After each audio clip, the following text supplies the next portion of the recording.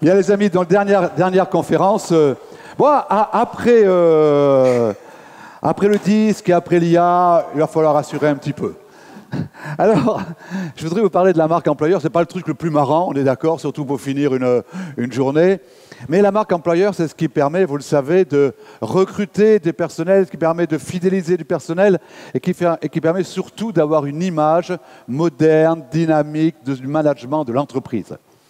Alors, cette marque employeur, c'est comme beaucoup de choses. Vous savez, à un moment donné, dans le management, on parlait de re-engineering, on parlait de mots comme ça. En fait, ça a toujours existé. Ça a toujours existé et je me souviens, moi, à 21 ans, j'ai compris une chose importante. J'ai compris qu'on vivait qu'une seule fois. Peut-être que vous le savez aussi qu'on vit qu'une seule fois. J'ai compris à 21 ans. J'ai compris qu'on ne pouvait pas faire le chemin retour. Ce qui est dit, ce qui est fait. Et puis j'ai compris que notre espérance de vie était de l'ordre de 30 000 jours. Aujourd'hui, j'ai 71 ans, donc ma vie est un peu plus limitée. Et donc, parce que j'ai compris tout ça à 21 ans, j'ai pris une décision, une vraie décision, une décision mûrie, réfléchie. J'ai décidé à 21 ans d'être heureux le reste de ma vie. Alors, je ne savais pas ce que ça voulait dire d'être heureux le reste de sa vie. Aujourd'hui, je le sais, je peux vous dire que le bonheur est un choix et non pas une conséquence. Et puis, à 27 ans, alors que je n'ai pas de diplôme, que je n'ai pas de compétences managériales, on me confie une entreprise à Avignon de 75 salariés. Et cette entreprise, elle est malade, elle est fatiguée, elle est à 2 doigts d'être en faillite, et on me demande de redresser cette entreprise alors que je n'ai aucune compétence. Et parce que j'ai aucune compétence, et parce que j'ai décidé d'être heureux, je décide de donner du bonheur à mes collaborateurs. Et je décide que je n'aurai qu'un objectif. Pas un objectif de chiffre, pas un objectif de rentabilité, pas un objectif d'évolution. Je veux simplement que mes collaborateurs soient heureux au quotidien. Je veux qu'ils soient heureux le matin de venir au boulot. Je veux qu'ils soient heureux le soir de partir en se disant « on a fait un super job ». Et puis je décide aussi que je serai définitivement optimiste, parce que quand tu redresses une entreprise en difficulté, si tu es pessimiste, tu sais très bien que ça va continuer. Tu ne vas pas réussir. Et je décide d'être optimiste. Et avec tout ça, au bout d'un an, nous avons redressé la société. Au bout d'un an, la société est sortie du rouge. Au bout d'un an, la société va mieux. Alors, qu'est-ce que j'ai compris là? J'ai compris qu'en fait, comme le disait tout à l'heure Béatrice, à propos de Noah, j'ai compris que ce n'est pas la performance, la réussite qui donne le bonheur. C'est le bonheur qui donne la réussite. C'est l'état d'esprit des collaborateurs, c'est leur façon d'être, la façon d'être du dirigeant qui permet effectivement la réussite. Et puis j'ai compris une deuxième chose, j'ai compris que l'optimisme était une forme de courage, et cette forme de courage permet d'engager les équipes et permet la réussite. Alors voilà, cette entreprise après, je l'ai quittée, j'avais 40 ans, et à 40 ans, puisqu'on parle de recrutement, de cette entreprise qui avait 75 salariés, qui était en difficulté, 15 ans plus tard, elle avait 350 salariés, et j'avais le bonheur et la fierté de distribuer à l'intéressement plus de 3 mois et demi de salaire. Simplement, parce que j'avais décidé que je voulais que mes collaborateurs soient heureux au quotidien, et je voulais que moi, en tant que dirigeant, et mon staff, nous soyons constamment optimistes. Alors, puisque je n'avais pas de diplôme, puisque je n'avais pas fait d'études supérieures, puis je ne sortais pas d'une école de commerce, j'ai souvent, longtemps, réfléchi au rôle du chef d'entreprise. Et je sais que dans la salle, il y a des chefs d'entreprise. Et ce chef d'entreprise, je lui ai trouvé 3 grandes responsabilités. 3 grandes responsabilités en tant qu'homme, en tant qu'humain. En fait, quand vous êtes chef d'entreprise, vous ne gérez pas 75 salariés, vous ne gérez pas 350 salariés, vous gérez 75 familles. Vous gérez 350 familles. Ça veut dire que si je prends 350 et que je fais une moyenne de 2,5 personnes par famille, on gère à peu près pas loin de 900 personnes. Et donc, en tant que dirigeant, nous avons une responsabilité sur beaucoup de monde. Parce que derrière ces familles, il y a encore d'autres familles. Et la façon dont nous manageons les hommes, et les femmes bien évidemment, la façon dont nous manageons va avoir une influence très forte. Et moi, je pense que nous avons 3 responsabilités. La responsabilité du chef d'entreprise est là sur le pouvoir d'achat de nos collaborateurs. Vous savez que la façon dont je paye mes collaborateurs va leur donner ce qu'ils vont acheter, les vêtements qu'ils vont acheter, la voiture qu'ils vont acheter, le logement qu'ils vont acheter, l'éducation qu'ils vont donner à leurs enfants. Et je dois avoir conscience de ça, que la façon dont je paye les gens, le montant dont je paye les gens, j'ai donc une responsabilité sur leur pouvoir d'achat. Alors vous allez me dire, oui, mais on ne peut pas augmenter indéfiniment les personnes. Non, parce qu'il faut que j'équilibre l'entreprise. J'ai un compte d'exploitation, mais vous verrez tout à l'heure qu'il y a des solutions pour faire en sorte que le pouvoir d'achat de mes collaborateurs augmente, et parce que j'ai cette responsabilité sur leurs enfants, sur leurs petits-enfants, et sur peut-être même d'autres familles. La deuxième responsabilité que j'ai sur la vie de mes collaborateurs, c'est la liberté. C'est quelle liberté j'offre à mes collaborateurs. Vous savez que le droit du travail fait que les congés sont à la discrétion du chef d'entreprise. C'est lui qui décide quand les collaborateurs doivent partir, peuvent partir. Là aussi, ma façon de manager les congés, ma façon de manager du temps libre, ma façon de laisser du temps aux personnes, je vais avoir une notion sur la liberté, une responsabilité sur la liberté. Et puis, troisième responsabilité, c'est sur ce que j'appelle l'aspect psychologique. Tout à l'heure, je discutais avec des personnes et je leur disais, quand le soir, ça ne va pas bien avec votre conjoint, par exemple, comment dormez-vous? Elle me dit, je dors mal. Et le matin, comment vous vous réveillez? Je ne me réveille pas bien. Ça veut dire que si moi, ça me touche, dites-vous bien qu'à un collaborateur, ma façon de lui parler, ma façon de le regarder, ma façon de l'estimer, je vais avoir une responsabilité sur sa psyché. Et donc ça veut dire que souvent je dis à des chefs d'entreprise, quand vous avez un reproche à faire à un collaborateur, faites-le le matin, ne le faites pas le soir. Parce que si vous le faites le soir, il ne faudra pas vous étonner que le matin, quand il arrive, il vous dise « je ne suis pas motivé, je n'ai pas envie de travailler ». Donc c'est important que nous, chefs d'entreprise, on ne gère pas que du chiffre d'affaires, on ne gère pas que de l'évolution, on gère des hommes, on gère des femmes, on gère les enfants de ces hommes et de ces femmes, et on gère aussi leurs petits-enfants et leurs familles. 3 responsabilités importantes pour moi sur le pouvoir d'achat de mes collaborateurs, sur la liberté de mes collaborateurs et sur la psychologie de mes collaborateurs. Donc, fort de ça, qu'est-ce que je vais en faire? Deuxième point, on a parlé toute la journée de bien-être. Mais dans une entreprise, c'est quoi le bien-être? Et j'ai repéré 5 bien-être. 5 bien-être sur lesquels il va falloir agir. Le premier bien-être, c'est le bien-être professionnel. Ça veut dire quoi le bien-être professionnel? Ça veut dire quelle est la relation du collaborateur sur son boulot. Est-ce que le boulot lui plaît? Est-ce qu'il s'épanouit? Comment je peux faire en sorte qu'il s'épanouisse le mieux possible? C'est ma responsabilité, moi, en tant que chef d'entreprise, de faire que mes collaborateurs soient bien dans leur profession, soient bien dans leur job. Le deuxième bien-être, d'après vous, c'est lequel? Le bien-être financier, bien évidemment. On a vu tout à l'heure sur ma responsabilité. Comment je peux faire en sorte que mes collaborateurs soient bien financièrement? Est-ce que vous savez que le salaire est un élément de démotivation ou de motivation? Démotivation ou motivation, le salaire? Démotivation. Pourquoi démotivation? Parce que si je paye mal, je démotive. Si je ne suis pas cohérent dans le salaire, je démotive. Mais si je paye normalement, je ne motive pas. Si je paye suivant la grille et en toute cohérence avec les autres collaborateurs, je ne motive pas parce que c'est normal. Mais par contre, je peux démotiver avec un salaire mal donné. Et là, souvent, j'ai des chefs d'entreprise qui me disent « Ah, j'ai un souci avec lui, j'ai un souci avec cette personne. Ah, il vient dans mon bureau, etc. » À un moment donné, je l'ai augmenté, il était content. Bien sûr. Si moi, tu m'augmentes, je vais le prendre, l'augmentation. Mais est-ce que je vais être content? Non, parce que tu n'as pas répondu à mon problème. Tu n'as pas répondu à mon souci. Tu as mis un cache-chèque sur quelque chose. Le salaire n'est pas l'élément de motivation. Le salaire, par contre, peut être un élément de démotivation. Bien-être professionnel, bien-être financier. Troisième bien-être, le bien-être relationnel. Vous savez qu'on a plusieurs éléments de sécurité. On a plusieurs éléments de sécurité. On a la sécurité, et il est nécessaire que les collaborateurs soient en sécurité dans l'entreprise. On a la sécurité par rapport au physique, par rapport au lieu. Est-ce qu'il fait froid? Est-ce qu'il fait chaud? Est-ce que je suis en sécurité? Est-ce que je ne vais pas être, par rapport à un banquier, je ne vais pas être... il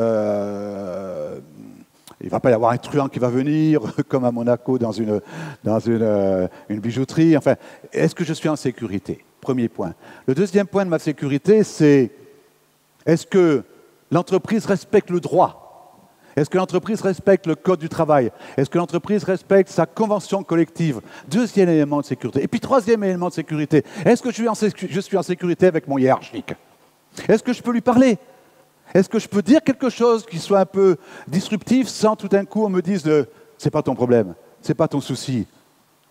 Et là, je ne suis pas dans le bien-être relationnel.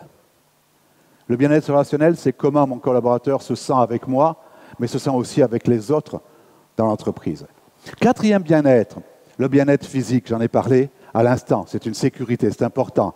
Et puis cinquième bien-être, un nouveau bien-être, qui est le bien-être spirituel, le sens. On a parlé hier du sens. Le sens, c'est à quoi je sers? Qu'est-ce que je fais dans l'entreprise? Pourquoi je suis là? Quelle est ma valeur supérieure? Qu'est-ce que j'apporte au monde? Et de plus en plus, on a ces 5 bien-être dans l'entreprise. Qu'est-ce que je fais avec ça aussi? Alors, fort de ces réflexions, c'est comme ça que j'ai dirigé mes entreprises. C'est comme ça que j'essaye de diriger un peu la FCP. C'est comme ça que je dirige les associations, en me disant, chacun d'entre nous, on a besoin de ces bien-être. Et puis, en tant que dirigeant, j'ai ces 3 responsabilités. Alors, bien sûr, derrière, il faut motiver, il faut animer, il faut faire en sorte que les personnes soient heureuses d'être là. Et pourquoi faut-elle qu'elles soient heureuses? Il y a une raison technique, et puis il y a une raison humaine. La raison humaine, c'est parce que je suis un humain, et que j'ai envie que mes collaborateurs, comme moi, soient heureux sur Terre. Comme moi, j'ai pris la décision d'être heureux. J'ai envie qu'eux-mêmes soient heureux et que je leur donne ce bonheur, autant que faire se peut. Et puis la décision technique, c'est que si mes collaborateurs sont heureux, ce sont les meilleurs ambassadeurs que j'ai dans l'entreprise. Vous savez, on veut tous dans les entreprises avoir des ambassadeurs. Il y a 2 types d'ambassadeurs.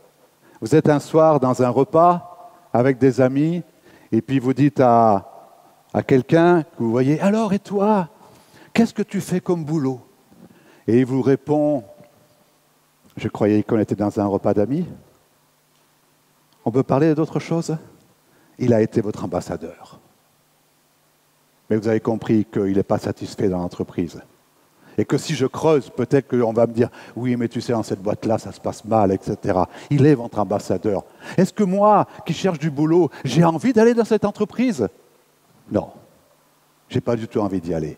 Alors vous avez l'autre ambassadeur, le même, pendant le même repas, et il attend que la question « Qu'est-ce que tu fais comme toi, ton boulot? Pose-moi la question, j'ai envie de te dire ce que je fais. » Moi, je suis dans une boîte, c'est extraordinaire. C'est une boîte qui a une mission, c'est une boîte où on est heureux, c'est une boîte où le dirigeant il fait tout pour notre bien-être, etc. Tu sais, et puis en plus on recrute. Ah ouais, là j'ai envie de venir. Là j'ai envie de venir. Alors, vous avez des entreprises de 75 salariés, c'est 75 ambassadeurs. Vous avez des entreprises de 350 salariés, c'est 350 ambassadeurs. Vous souhaitez ce sont des ambassadeurs négatifs ou des ambassadeurs positifs? Ce choix, il nous appartient. Alors, fort de ça, j'essaye de développer toujours dans les entreprises que je dirige, j'en ai un peu moins maintenant, 3 valeurs fondamentales. 3 valeurs fondamentales par rapport à ces 3 responsabilités du chef d'entreprise, par rapport à ces 5 bien-être. 3 valeurs fondamentales, la première, c'est l'humanisme. Ah, c'est pas facile. Mais l'humanisme, c'est quoi? C'est considérer qu'en face de moi, j'ai une personne qui est comme moi. De considérer que cette personne, elle a comme moi 2 bras, 2 jambes, une tête, une intelligence. Bien sûr, elle n'a pas le même boulot, elle n'a pas les mêmes responsabilités, elle n'a pas les mêmes études, mais elle est comme moi. Est-ce que j'ai envie qu'on me parle mal? Non. Est-ce que j'ai envie qu'on me fasse mal? Non. Est-ce que j'ai envie qu'on me dénigre? Non. Alors moi non plus, je ne dois pas ni parler mal, ni faire mal, ni dénigrer mes collaborateurs. Ce n'est pas pour ça que je ne dois pas leur dire quand ça ne va pas. Mais il y a des façons de dire quand ça ne va pas, et il y a des façons de dire quand ça va aussi. Premier point, l'humanisme. Et vous savez qu'une boîte qui est gérée en humanisme est une boîte beaucoup plus forte qu'une boîte qui n'est pas gérée avec cette valeur-là. Deuxième valeur que j'essaye de mettre en place toujours, c'est l'altruisme. Qu'est-ce que je peux donner? Hier, Guillaume nous a dit quelque chose d'extraordinaire. Diriger, c'est servir. Eh bien, c'est ça, l'altruisme. Diriger, c'est servir. Comment, en tant que dirigeant, je peux servir mes collaborateurs? Comment, en tant que président, je peux servir les membres de la FCP? Le rôle d'un dirigeant aujourd'hui, c'est ça. C'est de servir, c'est d'aider les personnes à accomplir leurs tâches, c'est d'aider les personnes à être plus heureuses dans l'entreprise, à être plus épanouies. L'altruisme, c'est donner. Et souvent, quand je donne du conseil chez l'entreprise, je leur dis, dites-moi, comment votre entreprise pourrait donner à vos collaborateurs? Comment votre entreprise pourrait donner à vos clients? Comment votre entreprise pourrait donner à vos fournisseurs? Qu'est-ce que l'entreprise peut donner sans valeur de retour? Qu'est-ce qu'elle peut donner? Et ça ouvre effectivement des idées nouvelles. Et puis, vous me connaissez tous, la dernière valeur, c'est l'optimisme, bien évidemment, parce que je crois fondamentalement, parce que je l'ai vécu toute ma vie, et je crois fondamentalement, parce que je l'ai vécu toute ma vie, que l'optimisme est une clé de valeur, de performance très importante. Alors, j'ai posé les bases. J'ai posé les bases de quelque chose que je vais vous proposer maintenant, qui sont ce que j'appelle mes 7 nouvelles exigences de management.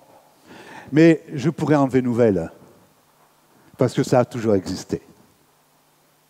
Mais aujourd'hui, on redécouvre parce que pendant des années, le compte d'exploitation était plus important que les hommes.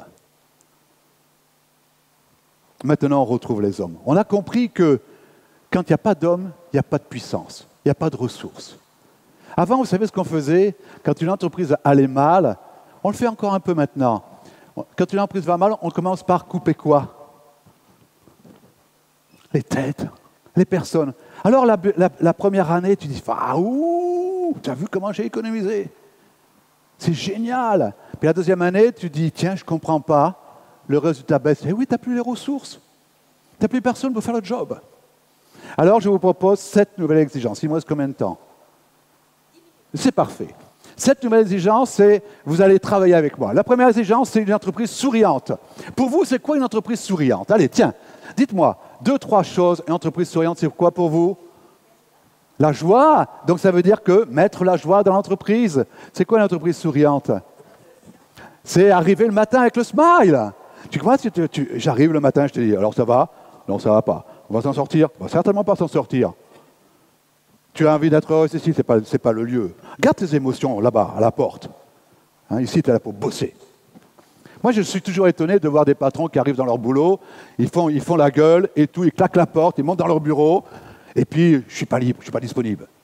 Entreprise souriante, c'est, il n'y a rien de grave. On va tout arranger. Ok, ce n'est pas tout à fait ce qu'on voulait, mais on l'a fait quand même. L'entreprise souriante, c'est le bonjour du matin. Vous savez, pour moi, il y a 2 mots importants. Bonjour le matin, merci le soir. Merci du boulot que tu as fourni. Merci de ce que tu as fait. C'est ça l'entreprise souriante, sourire, bonjour, bienveillance, émotion dynamisante. On les a vues, les émotions avec Béatrice toute la journée. Hein, vous savez qu'il y a les émotions dynamisantes, les émotions limitantes. Faisons en sorte de gérer les émotions dynamisantes. Deuxième point, une entreprise ouverte. C'est quoi une entreprise ouverte? C'est quoi une entreprise ouverte? Je vais vous citer un exemple. Quand j'étais dirigeant de ma société, à Avignon, j'étais jeune, j'avais 27 ans, 28 ans, 29 ans, 30 ans, et mon codir, il avait quel âge? 28 ans, 29 ans, 30 ans. Et un jour, je fais venir un chasseur de tête, un bureau de recrutement, et je dis, je voudrais un directeur, parce c'est une mutuelle, donc il y avait le centre optique, ça. Je voudrais un directeur. Et elle me dit, tu le veux comment? Je voudrais 30 ans, diplômé, etc. Elle revient, trois propositions. Le plus jeune avait 50 ans. Et je lui dis, mais tu rigoles ou quoi? Il me dit, tu as besoin d'hétérogénéité dans ta boîte. Vous êtes trop homogène. C'est ça une boîte ouverte. Une boîte ouverte, c'est une boîte où j'ai toutes les cultures. C'est une boîte où j'ai toutes les religions. C'est une boîte où j'ai toutes les pensées. C'est ça une boîte ouverte. Une boîte ouverte, c'est une boîte où j'autorise aussi les gens à avoir toutes ces pensées-là et j'autorise aussi les gens à donner leurs idées. C'est une boîte ouverte. Alors, qu'est-ce que je peux dire? Liberté, écoute, échange, hétérogénéité, diversité. Je renforce l'intelligence collective. Nouveau mode de travail, télétravail, horaire souple, tout ça, on le connaît. Une entreprise souriante, une entreprise ouverte. Troisième exigence, une entreprise qui donne du sens. Ça, tout le monde le sait aujourd'hui. Est-ce que vous travaillez sur votre pourquoi? Est-ce que vous travaillez tous sur l'entreprise, sur le pourquoi de l'entreprise? À quoi sert l'entreprise? Vous avez en stratégie, j'étais professeur de stratégie pendant 9 ans, quelque chose qui s'appelle le cadre de référence. Le cadre de référence, c'est quelle est la mission de l'entreprise? Quelle est la vision de l'entreprise? Quelles sont les valeurs de l'entreprise? Quelles sont les finalités de l'entreprise? Et ça, moi, ce que je vous propose, c'est de le rédiger avec vos collaborateurs. Quelle est la mission de l'entreprise? Un jour, dans une entreprise, je vais voir, qui m'appelle parce que ça n'allait pas bien, je vais voir les collaborateurs, ils me disent « Qu'est-ce que vous faites ?» Et en fait, ils installaient comment ça s'appelle, des DAB, des distributeurs de billets, dans des zones un peu reculées. Ils me disaient on livre de l'occasion, des DAB d'occasion dans des secteurs. Et je dis « Ok, et comment vous vendez ?» On dit à tout le monde c'est des neufs parce qu'on n'ose pas dire c'est de l'occasion. Et ça marche? Non, ça ne marche pas, la boîte est en train de se casser la figure. Si vous voulez qu'on travaille différemment, quelle est la mission que vous pouvez avoir? Et là, leur mission, c'était de dire, grâce à nos DAB recyclés, on permet aux zones les plus pauvres de la Terre, parce qu'ils allaient aussi en Afrique, de pouvoir se procurer de la monnaie et donc de développer l'économie et de développer leur bien-être. Ça a tout changé. Donc ça veut dire une entreprise qui a du sens, c'est que je travaille là-dessus, clarté des valeurs, cadre de référence partagé, et je dis bien partagé, but et pourquoi, à rappeler constamment. Vous savez aussi, là on est à la SCP, régulièrement je rappelle le but, et le but et le pourquoi, régulièrement. Améliorer, promouvoir, perfectionner, promouvoir. C'est important. Quatrième point, une entreprise apprenante. Alors, qu'est-ce que je peux avoir comme entreprise apprenante? Une entreprise souriante. Entreprise apprenante, oui. Je vous propose quelque chose de disruptif. Soyez dans ce qu'on appelle l'employabilité. Qu'est-ce que l'employabilité? L'employabilité, c'est de donner la formation la meilleure possible à vos collaborateurs pour qu'ils puissent vous quitter. Quoi? Vous donnez, je paye la meilleure des formations pour que mon collaborateur puisse me quitter? Mais t'es fou, quoi? À votre avis, si vous me donnez la meilleure des formations, est-ce que j'ai envie de vous quitter? Eh bien sûr que non. Et je vais être hyper performant dans l'entreprise. Et je vais même dire à des collègues, viens, tu vas être formé comme jamais tu n'as été formé. Comme jamais tu as reçu une formation de ce niveau-là. Et je n'ai pas envie de quitter cette entreprise qui me permet d'évoluer. L'entreprise apprenante, moi j'ai toujours mis dans mes entreprises 4% de la masse salariale en formation. Minimum 4%. Vous savez qu'à l'époque, c'était 0,8 quand j'étais très jeune. Aujourd'hui, ça a un peu monté. Pourquoi 4%? Parce que je disais, il y en a 2 pour toi, 2 pour moi. Il y en a 2 pour le chef d'entreprise. Alors maintenant, il y a des possibilités maintenant différentes de formation. Mais vous avez 2% pour à discrétion du collaborateur. Aujourd'hui, c'est dans la loi. À l'époque, ce n'était pas dans la loi. Mais simplement, cet état d'esprit de dire, moi, je te forme au-delà de ce que je peux te former. Et je te forme même, si tu le souhaites, à des choses dont on n'a pas besoin. Le nombre de personnes qui ont été formées à l'anglais dans une boîte qui était avignonnaise. À Avignon, on ne parle pas anglais. Et pourtant, j'ai formé des gars à l'anglais. Vous croyez qu'ils m'ont quitté? Ils ne m'ont jamais quitté. Sauf qu'un jour, on a commencé à faire l'international, ils étaient là. Entreprise souriante. Après, qu'est-ce que j'avais? Entreprise ouverte. Après, entreprise qui donne du sens. Après, entreprise apprenante. Il me reste encore 3, et j'aurais fait mes 10 minutes. Après, une entreprise collaborative. C'est quoi une entreprise collaborative? Une entreprise collaborative, c'est des échanges. Une entreprise collaborative, c'est une entreprise où je peux créer des comités d'experts, comme on disait hier, des comités de professionnels. Une entreprise collaborative, moi j'avais mis à l'époque, c'était la mode, des cercles de qualité. Une entreprise collaborative, c'est des commissions ad hoc. Une entreprise collaborative, c'est des décisions partagées, c'est un management horizontal, c'est ce qu'on appelle l'intrapreneuriat. Vous savez ce que c'est que l'intrapreneuriat? L'intrapreneuriat, c'est pendant une journée par mois ou 2 journées par mois, vous laissez vos équipes créer une autre entreprise que la vôtre ou une entreprise dans la vôtre où elle fait autre chose. Et ça apporte de nouvelles idées. C'est ça l'entreprise collaborative. 5e point, une entreprise humaine et responsable. Ça, c'est simple, il faut le dire, mais parfois on le fait un peu moins. Le capital humain est supérieur au capital financier, de plus en plus. Philosophie humaine de la vie. Je voudrais m'arrêter 2 minutes là-dessus. Chaque fois que je vois un dirigeant, la première question que je lui pose, c'est « Pour toi, c'est quoi la vie ?» En un mot. J'ai tout. J'ai tout. Quand un patron me dit « La vie, c'est un jeu », c'est moi. C'est ma vision. La vie est un jeu. C'est différent que quand le patron me dit « La vie est un combat ». Ce n'est pas la même relation aux hommes. Ce n'est pas la même relation aux collaborateurs. C'est quoi la vie pour vous? En un mot. Et de ça, vous allez savoir comment vous allez manager vos collaborateurs. On peut toujours changer. Et puis, bon, la RSE, vous savez, tout le monde connaît, mais faites-le vraiment super bien. Je vous assure, ce sont des clés supérieures qui permettent une évolution de l'entreprise. Alors, comme c'est obligé, je sais bien, on dit, puis c'est les écolos. Moi, je ne suis pas écolo, soyez rassurés là-dessus. Mais comme c'est les écolos, excuse-moi Pascal, comme c'est les écolos, tu vois, pour un mec de droite, je suis quand même assez gaucho. Hein, tu vois, comme c'est les écolos, on dit qu'il ne faut pas le faire. Non, non, non, ça n'a rien à voir. Justement, dans la stratégie d'entreprise, il y a ce qu'on appelle la finalité de l'environnement. C'est qu'est-ce que l'entreprise apporte à son environnement. Une entreprise redistributive, c'est le dernier. C'est celui que je préfère. Tout à l'heure, je vous ai parlé de la responsabilité sur le pouvoir d'achat des chefs d'entreprise.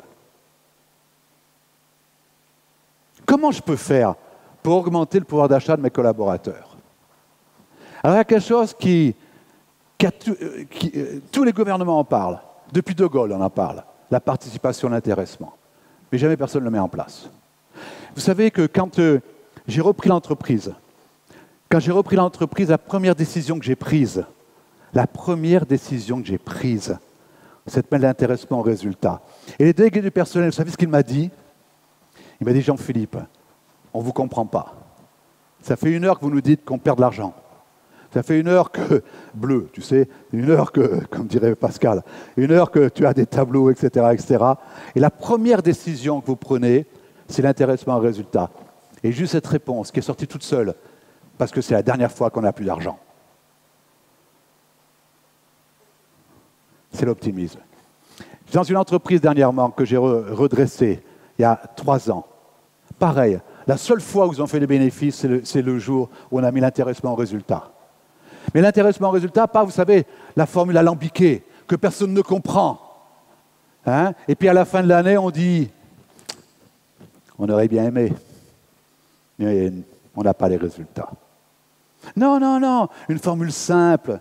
Moi, je le fais sur le BE, je fais un pourcentage sur le BE, tout simple. Et puis tout le monde a la même somme.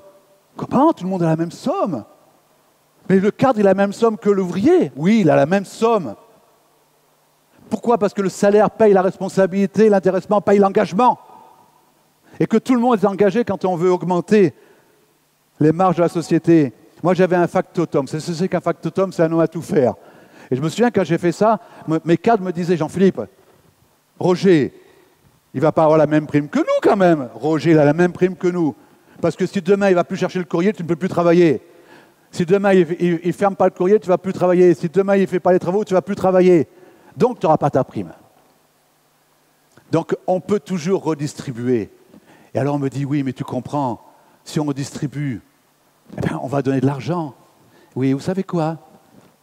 Quand un intéressement permet de faire plus 10% ou 10%, que je donne 4% à mes collaborateurs, il m'en reste combien? Alors que sinon, j'en ai 0%. C'est ça l'entreprise. Et donc là, j'ai ma responsabilité sur le pouvoir d'achat. Voilà, mesdames et messieurs, ce que je voulais vous dire sur la marque employeur. La marque employeur, est-ce que ça paye? Oui, ça paye, je termine là-dessus. 28% de réduction du turnover, 50% de candidatures en plus, 21% de productivité des employés, 41% de moins d'absentéisme et temps de recrutement réduit à 1 ou 2 semaines. Mesdames et messieurs, la marque employeur, c'est tout simplement gérer avec humanité, altruisme et optimisme vos collaborateurs. Je vous remercie infiniment.